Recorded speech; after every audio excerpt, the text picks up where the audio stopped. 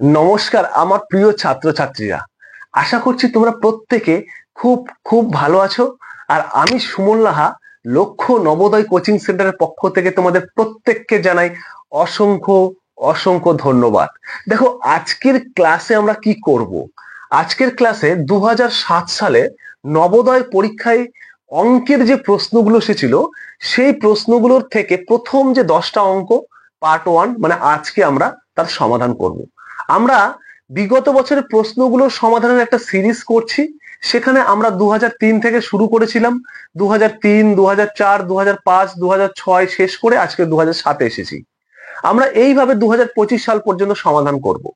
তো এই যে বিগত বছর প্রশ্নগুলো যদি তোমরা সমাধান করো তোমাদের কি লাভ হবে।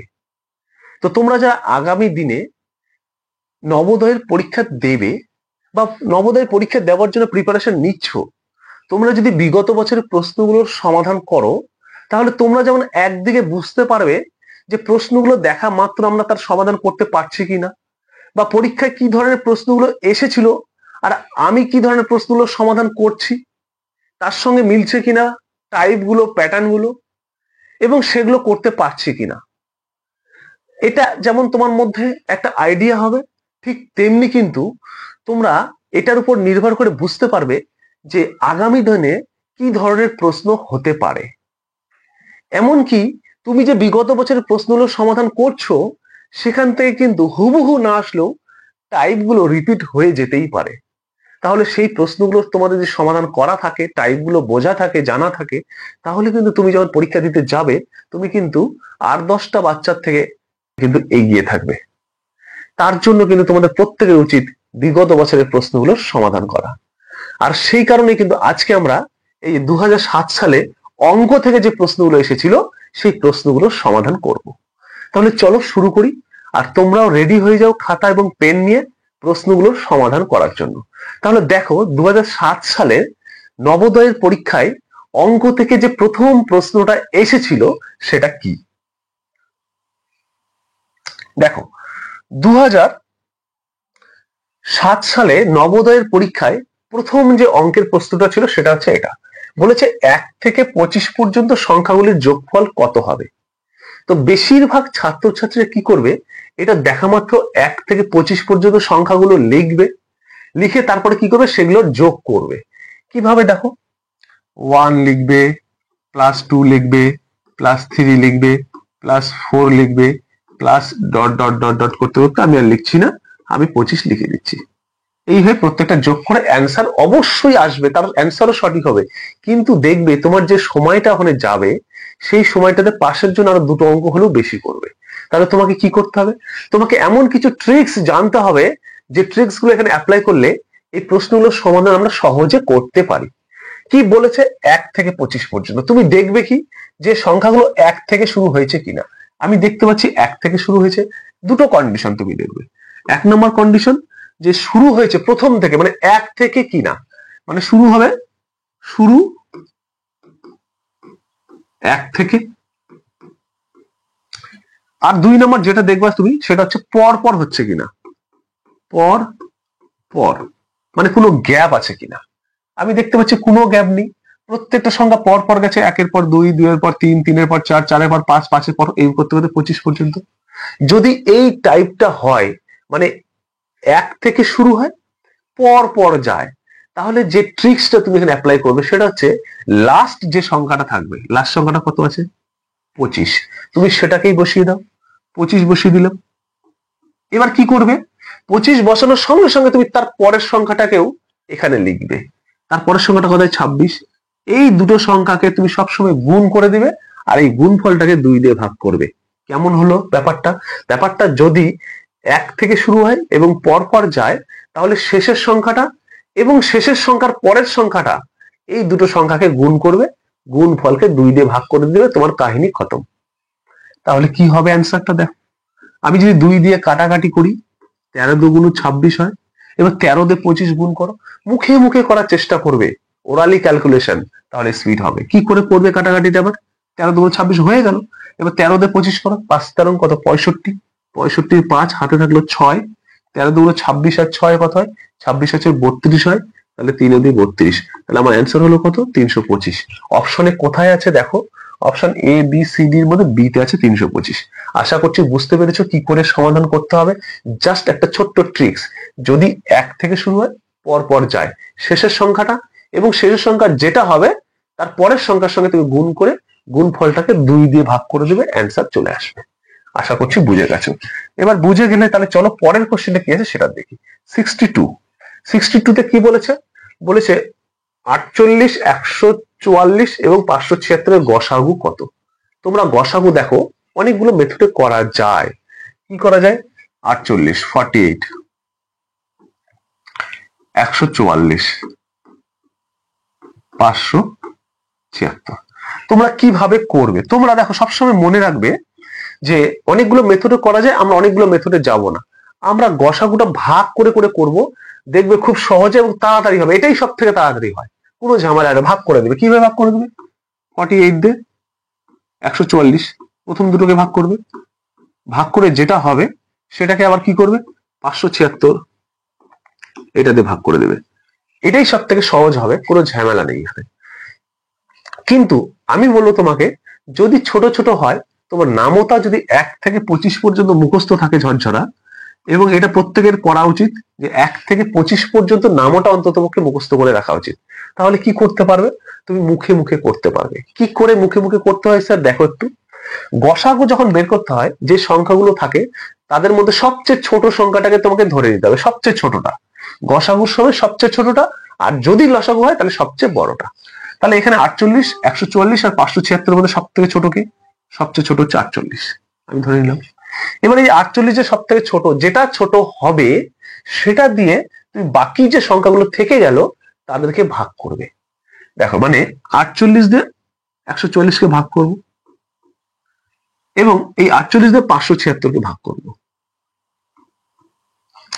ভাগ মিলছে কিনা আমাকে দেখতে হবে। 48 কে 3 দিয়ে করলে 3 48 সঙ্গে 172 হয়। এবার কি করবে? এটা 48 দিয়ে 576 ভাগ যাচ্ছে কিনা তুমি সেটা দেখবে। এটা দেখার জন্য তুমি মুখে মুখে করতে পারো। তোমার মুখে মুখে সমস্যা হচ্ছে, তুমি একটু ভাগ করে দেখো কি হয়। 48 একে 48 যদি আমি একবার দেই তাহলে 48 হয়। তাহলে এখান থেকে 57 থেকে 48 বাদ দাও, 9, 9 6 96, 48 দুগুণ 96। তার মানে এটাও ভাগ যাচ্ছে কত দিয়ে? 12 দিয়ে। এটা যাচ্ছে 3 দিয়ে। তাহলে এই যে ছোট সংখ্যাটা ধরেছিলাম সেটা দিয়ে এই বড় দুটোকে ভাগ করা যাচ্ছে। তুমি যখন দেখবে যে ছোট সংখ্যাটা দিয়ে বড় সংখ্যাগুলো ভাগ চলে গেল, তখন সেটাই হবে তোমার গসাগু। তোমাকে আর করার দরকার নেই। তাহলে গসাগু হয়ে গেল কত? 48। আশা করছি বুঝতে পেরেছো। এইভাবে না পারলে তোমরা কিন্তু সরাসরি ভাগ করে দিবে। 48 দিয়ে 3 করলে কত হয়? 144 হয়। মিলে গেল। তাহলে এই যেটা ভাগফল হলো সেটা দিয়ে আবার পরেরটাকে গুণ করবে। 48 দিয়ে করলে কত হয়? 48 একে 48, 9 6, 48 দুগুণ 96, মিলে গেল। তাহলে আমাদের কি হলো? দু ক্ষেত্রে ভাগফল হলো 48। তাহলে ভাগফল যদি 48 হলো, তাহলে গসাগু হয়ে যাবে আমার সমান 48। আশা করছি বুঝতে পেরেছো। তাহলে চলো পরে কি প্রশ্ন এসেছিল সেটা দেখি। দেখো পরে বলেছে একটা সরলীকরণ করো, মানে সিম্পলিফিকেশন করো বা সরল করো। তাহলে সরল অঙ্কগুলো যদি তোমরা করতে যাও খুব সহজে এবং দ্রুত, তাহলে কিন্তু সব সময় এই রুলসটা তোমাকে জানতে হবে। B O D M A S. তোমরা কিন্তু সবসময় এই রুলস ধরে এবং কোশ্চেনটা ভালো করে পড়ে তার সমাধান করবে। কোনোদিনও উত্তর তোমার ভুল আসবে না বা অঙ্ক ভুল হবে না। তাহলে কি বলেছে দেখো, 0.50 প্লাস 0.15 ভাগ 0.05, এটা পুরোটা কি আছে? ইন্টু 2/7। তো এখানে তুমি এই দুটোর সঙ্গে যোগ করবে আগে না এই দুটোর সঙ্গে ভাগ করবে আগে? তুমি যদি এই রুলসটা না জানো তাহলে তুমি বুঝতে পারবে না। তুমি যোগ সামনাসামনি দেখতে পাচ্ছ, আগে যোগ করে দেবে, তারপরে দেখবে অঙ্কটা ভুলে গেছে, উত্তর আর মিলছে না। সেই জন্য এই রুলসটা সবসময় মনে রাখবে। B for bracket, O for of, D for division, M for multiplication, A for addition, S for subtraction. মানে প্রথমে বন্ধনী, তারপরে এর, তারপরে ভাগ, তারপরে গুণ, তারপরে যোগ, তারপরে বিয়োগের কাজ তোমাকে করতে হবে। তাহলে আমি দেখতে পাচ্ছি যে যোগের আগে তোমার ভাগ আছে, তাহলে আমাকে ভাগটা আগে করতে হবে। তাহলে ধর কি করে ভাগ করবে? ভাগ করবে তুমি 0.50 প্লাস, তুমি সব থেকে সহজ হয় যে ভাগটাকে তুমি আগে গুণ চিহ্ন করে কাটো। ডাইরেক্ট ভাগ করছো দশমিকে, তোমার যদি সমস্যা হয় তাহলে কি করবে, এটা যা আছে তাই লিখো। এই যে ভাগ, ভাগ চিহ্নটাকে গুণ চিহ্ন করলে কি উল্টে যায়। যখন আমরা গোটা গোটা সংখ্যা দেখি বা দেখতে পাই তখন আমরা সবসময় হরে কত ভাবি, হরে সবসময় 1 ভাবি। তাহলে এটার নিচে কিছু দেখতে পাচ্ছি না, মানে গোটা একটা সংখ্যা, তার মানে এর নিচে সবসময় 1 থাকবে। তাহলে গুণটাকে মানে ভাগটাকে গুণ করলে কি হয়, ভগ্নাংশে ভাগটাকে গুণ করলে সেটা উল্টে যায় পরেরটা। তাহলে উল্টে গেলে কি হবে, নিচে 1 ছিল উপরে উঠে যাবে, আর এটা 0.05 হয়ে যাবে, বাইরে যা ছিল তাই থেকে গেল, ইন্টু 2/7 হয়ে গেল। বোঝা গেল?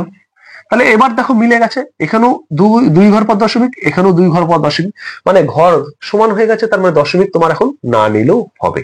তাহলে সরাসরি তুমি কি করবে, 5 দিয়ে 15কে কাটবে, কত হবে, 5 দিয়ে 15কে কাটলে কত হয়, 3 হয়। দশমিক তো মিলে গেছে, উঠে গেছে, দশমিক মিলে গেলে সেটা উঠে যাবে, সেটা বাদ চলে যাবে।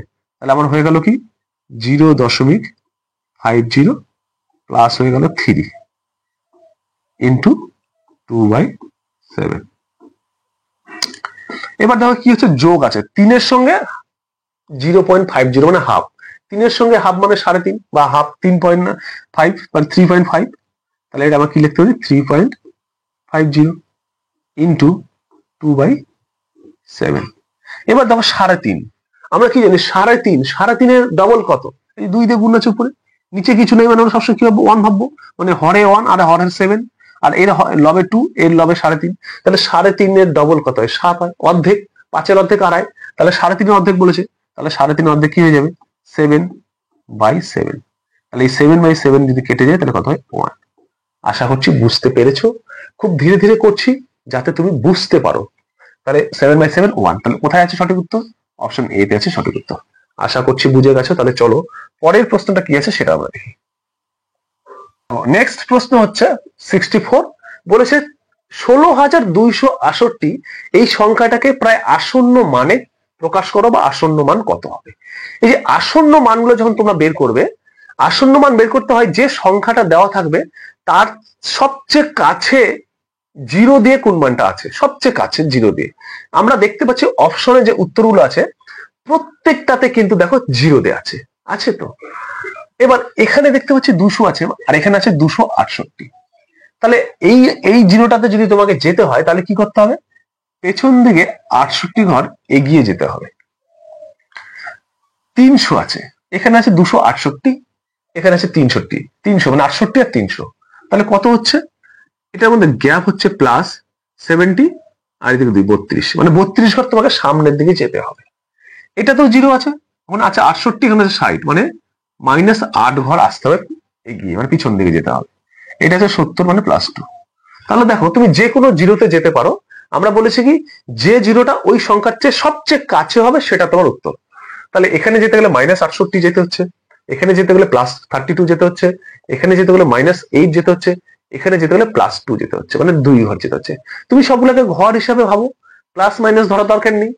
তোমার এখানে 68, এখানে 32, এখানে 8, এখানে 2, তাহলে সবচেয়ে কম কোথায় হচ্ছে, ওই 2-এ। তাহলে তোমাকে আসন্ন মান করতে গেলে সবচেয়ে কম ওটা, তাহলে ওই মানটা হবে তোমার সঠিক উত্তর। তাহলে হলো কি 16,270। কি করে করবে এগুলা, সবচেয়ে কাছে যে 0টা থাকবে। তাহলে সবচেয়ে কাছে কি করে বুঝবে, এখানে সংখ্যাটা দেখে বুঝতে হবে তোমাকে যে 16,268 আছে, তাহলে 16,268 পর কি 69, 70, 2 ঘর। আর এটাতে যেতে গেলে 60-এ 8 ঘর এই পিছন দিকে যেতে হবে, এটা যেতে গেলে 32 ঘর সামনের দিকে যেতে হবে, এটাতে যেতে গেলে 68 ঘর পেছাতে হবে। তাহলে ঘরগুলো বেশি হচ্ছে না, তাহলে ওটাই সবচেয়ে কাছে হচ্ছে, তাহলে ওটাই হলো সঠিক উত্তর। আশা করছি বুঝে গেছো। পরের প্রশ্ন চলো কি বলেছে। পরের প্রশ্ন দেখো কি আছে, একটা ফ্যান, খুব সুন্দর একটা ফ্যান দিয়েছে, তোমার বাড়িরই ফ্যান মনে করো, বা তোমার একটা দোকান আছে ছোটখাটো, সেই দোকানের জন্য একটা ফ্যান তুমি নিয়েছো। কি বলেছে, 750 টাকা দামে একটি সিলিং ফ্যান কিনে 18% লাভে বিক্রি করলে বিক্রয় মূল্য কত হবে। মানে তুমি তোমার দোকানের জন্য মনে করো একটা ফ্যান কিনেছো 750 টাকা, এবার তুমি সেটা তোমার বন্ধুর কাছে বিক্রি করছো বা তোমার কোনো খরিদ্দার আছে, ভালো কাস্টমার আছে, তার কাছে বিক্রি করছো, লাভটা একটু কম নিয়েছো। কারণ ফ্যানের দোকান না, এই গরমের সিজনে মিনিমাম ওরা 40% 30% ইনকাম করে, তুমি একটু কম করেছো, এটা কম হয়ে গেছে, আর একটু বেশি করতে লাগতো তোমাকে। যাই হোক, তুমি 18% করেছো। এই 18% লাভে বলেছে যদি করো তাহলে তুমি কত দিয়ে বিক্রি করলে, তাহলে তুমি 18% লাভ করেছো। তোমাকে অনেকবার বোঝানো হয়েছে পার্সেন্ট বা শতকরা মানে কি, 100 টাকাতে তুমি সেই টাকাটা লাভ করেছো। তাহলে এটা কি তুমি এখন সূত্র দিয়ে করবে? না, কখনো না। তুমি কি করবে, তোমার দোকানে তুমি কি সূত্র এখন লিখবে যে এই হয়? তুমি দোকান যখন করবে দেখবে তুমি মুখে মুখে হিসাব হয়ে গেছে তোমার, সেইটাই তোমাকে করতে হবে। মনে করো এটা তোমার দোকান, তাহলে 18% লাভ মানে তুমি ভাববে কি, আমার 100 টাকাতে লাভ হয়েছে কত, 18 টাকা। কত টাকাতে? 100 টাকাতে। এটা তুমি মনে মনে ভাববে, আমি এখানে করে দেখাচ্ছি। 100 টাকাতে যদি তোমার 18 টাকা লাভ হয়, তাহলে এবার বলো তো, যদি তোমার 500 টাকা হতো কত হতো? তাহলে এইদিকে 5 দিয়ে গুণ করতে হচ্ছে না, 500 টাকা তাহলে হবে। তাহলে এইদিকেও তোমাকে 5 দিয়ে গুণ করতে হবে। তাহলে 500 টাকাতে কত হবে? 500 টাকাতে তোমার হয়ে যাবে 5×8=90, 90 টাকা। এবার বলো, আমার এখানে আছে কত, 750 টাকা, তার মধ্যে 500 টাকা আমরা বের করে ফেলেছি। তাহলে এবার আর অর্ধেক মানে 250, মানে এই 500 আর অর্ধেক লাগবে। তাহলে 500 টাকা যদি 90 টাকা কামাই করো, তাহলে 250 টাকায় কত করবে? 250 টাকা তুমি 45 টাকা করবে না? তাহলে হয়ে গেল না 750 টাকা। তুমি লাভ করে নিলে কত টাকা? 5 9 4 13 টাকা। দেখো, 750 টাকা ইনভেস্ট করেছো তুমি, 135 টাকা তার কাছ থেকে বেশি নিয়ে নিয়েছো। তাহলে এটা বেশি নিয়েছো মানে লাভ মানে কি, বেশি নাও। তাহলে এই লাভটা যদি আমি যে টাকায় কিনেছিলাম তার সঙ্গে যোগ করে দিই, তাহলে কি হয়ে যাবে, সেটাই আমার বিক্রয় মূল্য। তাহলে কি হচ্ছে, 750 যোগ 135 সমান হয়ে গেল 800, 8 এ 5 85 টাকা। তাহলে 885 টাকা হলো তোমার বিক্রয় মূল্য, এই টাকায় তুমি বিক্রি করেছো। তাহলে এটা হলো তোমার সেলিং প্রাইস। আমাকে সেটাই বের করতে বলেছিল, আমি সেটাই বের করলাম। কি করেছি, জাস্ট কিছুই না, 18% লাভ হলে আমার 750 টাকায় কত লাভ হয়, সেই লাভটা আমি 750 টাকায় কিনেছি, 750 সঙ্গে যোগ করে দেবো, আমার ঝামেলা শেষ, আমার সেটাই বিক্রয় মূল্য। কোথায় আছে অপশন? এ বি সি ডির মধ্যে বি নম্বর অপশনে আছে সঠিক উত্তর 885 টাকা। তার মানে এটার সেলিং প্রাইস হলো তোমার 885। আশা করছি বুঝে গেছো। তাহলে চলো, যদি বোঝো পরের কোশ্চেন কি আছে দেখি। পরের কোশ্চেনে বলেছে একটা সিরিজ দেওয়া আছে, এই সিরিজের পরবর্তীটা সংখ্যাগুলো কি আসবে সেটা তোমাকে বের করতে বলেছে।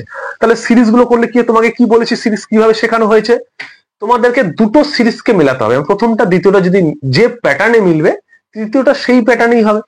তাহলে দেখো, প্রথমটা কি হয়েছে, 6 আছে, 6 থেকে কি হয়েছে, 6 থেকে 24 মানে 24 হয়েছে, 6 থেকে 24 মানে 6 থেকে 24, 6 থেকে 24 কত হলো, 4 দিয়ে গুণ করলে হয়, 4 6 24। আবার 7 থেকে 28 হয়েছে, তাহলে কত হলো, 7 4 দিয়ে গুণ, 4 7 28।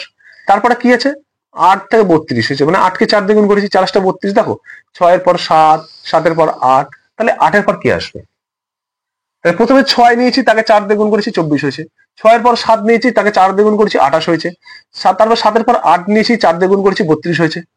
তার মানে আমরা পরপর নাম্বার নিচ্ছি, তাকে 4 দিয়ে গুণ করে পরের নাম্বারটা পাচ্ছি। তাহলে এখানেও তাই হবে, কি হবে, এখানে আমি তার পরের নাম্বারটা নেবো 9, তাকে 4 দিয়ে গুণ করবো, হবে 4 নং 36, আমার দুটো হয়ে গেল। এবার থার্ড নাম্বারটা কিভাবে এসেছে, থার্ড নাম্বারটা দেখো, এই দুটো নাম্বারকে পরপর বসিয়ে দেওয়া হয়েছে, 6 আর 24 কে পাশাপাশি বসিয়ে দেওয়া হয়েছে। দেখো, 7 আর 28 কে পাশাপাশি বসিয়ে দেওয়া আছে, 8 আর 32 কে পাশাপাশি বসিয়ে দেওয়া আছে। তাহলে আমরা এখানেও একে পাশাপাশি বসিয়ে দেবো, কাকে, 9 আর 36 কে, 9 আর 36 কে পাশাপাশি বসিয়ে দিলাম। তাহলে আমার সিরিজটা কি হয়ে গেল, দেখো আমার সিরিজটা এরকম হলো, 9 4 দিয়ে গুণ করলাম 36, আর 9 আর 36 পাশাপাশি বসিয়ে দিলাম, এটাই হলো আমার সিরিজ। তাহলে সঠিক উত্তরটা কি হবে, দেখো এ বি সি ডির মধ্যে আমি দেখতে পাচ্ছি এটাই হচ্ছে সঠিক উত্তর।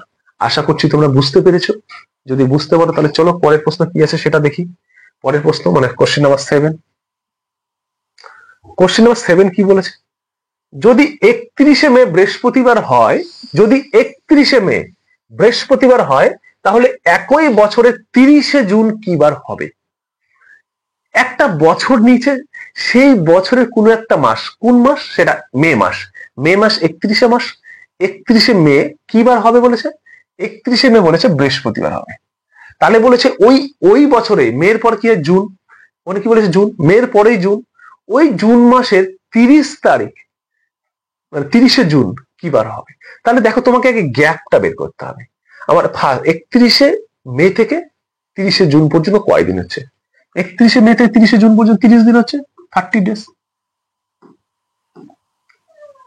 তাহলে বার বার করার জন্য বা ডে বার করার জন্য, ডে বের করার জন্য DAY, এই ডে এটা বের করার জন্য সবসময় 7 দিয়ে ভাগ করতে হয়। 7 দিয়ে ভাগ করতে হয়, মানে 7 দিন এক সপ্তাহ হয়, কারণ প্রত্যেক 7 দিন পর পর ওটাই রিপিট হয়। দেখো Sunday, Monday, Tuesday, Wednesday, Thursday, Friday, Saturday, আবার কি আসবে দেখো সানডে। তাহলে আবার রিপিট হয়ে গেল, মানে প্রত্যেক 7 দিন, 1 2 3 4 5 6 7, এই যে 7 ডেজ হয়ে গেল, আবার রিপিট হলো। মানে প্রত্যেক 7 দিন পর পর একই বার বা একই দিন রিপিট হয়। সেই জন্য আমরা কি করব, 7 দিয়ে দিন যতদিন হবে সেই দিনটাকে ভাগ করে দেবো। এখানে কত দিন হয়েছে? 30 দিন হয়েছে। প্রত্যেকটা অঙ্কের এই টাইপের ক্ষেত্রে কিন্তু একই নিয়ম, আমরা দিনকে সব সময় 7 দিয়ে ভাগ করব। কেন ভাগ করব? কারণ 7 দিন পর পর রিপিট হয়। তাহলে 30কে ভাগ করো, ভাগ করলে কি হয়, কত দিয়ে? 7 দিয়ে, সবসময় 7 দিয়ে 7 দিয়ে ভাগ করবো, 4 7 28, ভাগ বিয়োগ করলে কত হয়? 2। তাহলে ভাগশেষ হলো, ভাগ মিলল না। যেটা ভাগশেষ হবে সবসময় মনে রাখবে, যেটাই ভাগশেষ হোক না কেন, যেটা তোমার ভাগশেষ হবে সেই ভাগশেষটা যে বার হয়েছিল এখানে যত বারটা দেওয়া থাকবে তার সঙ্গে যোগ হয়ে যাবে। মানে এখানে কি বার দেওয়া আছে? এখানে বৃহস্পতিবার দেওয়া আছে। যে বারটায় দেওয়া থাকবে ভাগশেষটা তার সঙ্গে যোগ হয়ে যাবে। তাহলে এখানে বৃহস্পতিবার দেওয়া আছে, তাহলে বৃহস্পতি তার সঙ্গে +2, তাহলে +2 করলে কি হয়? বৃহস্পতির পরে শুক্র হয় 1 নম্বরে, তারপরে শুক্রের পরে 2 নম্বরে হয় শনিবার, এটা হয় শুক্রবার। তাহলে 2 দিন, তাহলে বৃহস্পতিবার পর 2 দিন কি? প্রথম দিন শুক্রবার, পরের দিন শনিবার, 2 দিন হয়ে গেল। অপশনে কোথায় আছে? সানডে, ফ্রাইডে, স্যাটারডে, থার্সডে, তাহলে স্যাটারডে মানে শনিবার। সঠিক উত্তর হলো সি নাম্বার। আশা করছি বুঝতে পেরেছো। চলো আবার নেক্সট প্রশ্নটা কি আছে দেখি। এখানে বলেছে বার্ষিক সুদের হার 13% হলে কোনো টাকার সুদ সহ মোট পরিমাণ 2486 টাকা হয়, তাহলে আসল টাকা মানে প্রিন্সিপাল কত ছিল তোমাকে বের করতে হবে। তো এখানে তোমার সুদের হার দেওয়া আছে 13%, মানে পার্সেন্ট মানে কি? অনেকবার বলেছি, পার্সেন্ট মানে হচ্ছে তোমার 100 টাকায় 13 টাকা। তাহলে 100 টাকায় 13 টাকা দাও, এমন ভাবে তুমি কিছু টাকা কাউকে দিয়েছিলে, সেই টাকাটা সুদ এবং তুমি যেটা দিয়েছিলে আসল, সেটা মিলে এই টাকা হয়ে আছে। এবার তোমাকে প্রশ্ন করেছে তুমি কত টাকা দিয়েছিলে, বা সেখানে তোমার আসল কত টাকা আছে বের করতে হবে। এটা তো সূত্রের সাহায্যে করা যায়, আমরা সূত্রের সাহায্যে করব না, আমরা কনসেপ্ট বুঝে বুঝে করব। কি বলেছে? 13% ইন্টারেস্ট, মানে সুদ তুমি কত পার্সেন্ট নাও? 13%। মানে এই যে টাকাটা তোমার আছে, মানে হয়ে আছে এখন 2486, এই টাকাটার মধ্যে 13% ইন্টারেস্ট আছে ঢুকে, ভালো করে বোঝো, আছে তো 13% ইন্টারেস্টটা এর মধ্যে জমা হয়েছে। আবার এর মধ্যে তোমায় যেটা দিয়েছিলে আসল, সেটাও আছে। এটা ক্লিয়ার? তার মানে তোমার যদি আসল টাকাটা পুরোটাই থাকে এখানে, সঙ্গে কে যোগ হয়েছে? ইন্টারেস্টে যোগ হয়েছে। তার মানে তোমার আসল 100% সেটা এখানে আছে। তার মানে তোমার আসলটা কি হচ্ছে? 100% যে টাকাটা সেটা এখানে আছে। তাহলে আসল 100%, তার সঙ্গে ইন্টারেস্ট আছে 13%, তাহলে টোটাল হলো কত? 113% টাকা কিন্তু এখানটায় আছে। ক্লিয়ার কি ক্লিয়ার না? মানে আসল টাকা তুমি যেটা দিয়েছো সেটা তোমার সম্পূর্ণ টাকা, তো 100% টাকা তুমি দিয়েছো, সেই টাকাটা তোমার পুরোটাই, তুমি তখন তো নেওনি। তুমি মনে করো 100 টাকা দিয়েছিলে, দেওয়ার পর 40 টাকা নিয়ে নিয়েছো, তাহলে তোমার কাছে আর 100% নেই। কিন্তু এটা করোনি, তুমি যা দিয়েছো তাই আছে ওর কাছে, তার মানে তুমি 100% দিয়েছিলে, 100% ওখানেই আছে। সঙ্গে তুমি 13% বলেছো ইন্টারেস্ট নিলে, তাহলে 13% ইন্টারেস্টও যোগ হবে, মানে 113% ব্যাক পাবে তুমি। তাহলে এই টাকাটা কি হচ্ছে? 113%, মানে 113% টাকা এটা। তার মানে 113% সমান কত হচ্ছে? 2486, এই টাকাটা। বোঝা গেছে? এই টাকাটা আর এই টাকাটা সমান। তুমি 1 টাকায় কত নেবে, মানে 1%-এ কত নেবে? 2486/113। তোমাকে বলেছে শতকরা 100% কত হবে? 86, হ্যাঁ, বাই 113 ইন্টু 100, এটাতে কাটাকাটি করো, কত হয় 22 হয়, তাহলে 2200। তাহলে তোমার কি হলো 100%, মানে 100% মানে তোমার আসল টাকা না, 100% ছিল, তাহলে আসল টাকাটা 100% মানে 2200 টাকা। অ্যান্সার কোথায় আছে? অপশন ডিতে দেখো সঠিক উত্তর আছে। যদি বুঝতে পেরেছো কমেন্ট করবে, ভালো লাগলে শেয়ার করবে, লাইক করবে, নতুন হলে সাবস্ক্রাইব করে নেবে। কি বলেছে দেখো, সম্পূর্ণ ক্রান্তি হবে না, এটা এখানে সম্পূর্ণ লিখেছে, তার মানে স্পেলিংটা কোনো মিস্টেক হয়েছে। সম্পূর্ণ ক্রান্তি ট্রেন না সম্পর্ক ক্রান্তি ট্রেন? সম্পর্ক ক্রান্তি ট্রেনই হবে। যাই হোক, যে কোনো ট্রেনের নাম ওটা।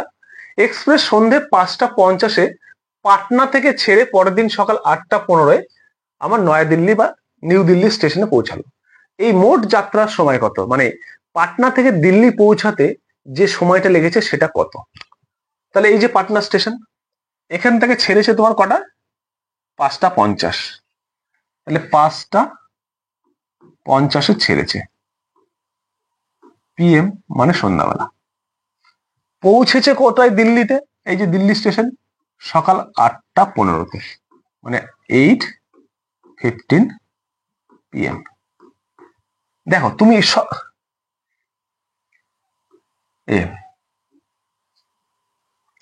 তুমি কি করবে এখানটায়?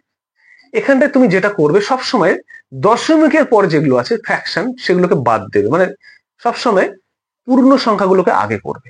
আমি পূর্ণ সংখ্যাগুলোকে যদি আগে করি তাহলে কি করব, এখানে 5টা 50 আছে, তাহলে এর সঙ্গে আমি যদি 10 প্লাস করি তাহলে এটা হয়ে যাবে 6টা।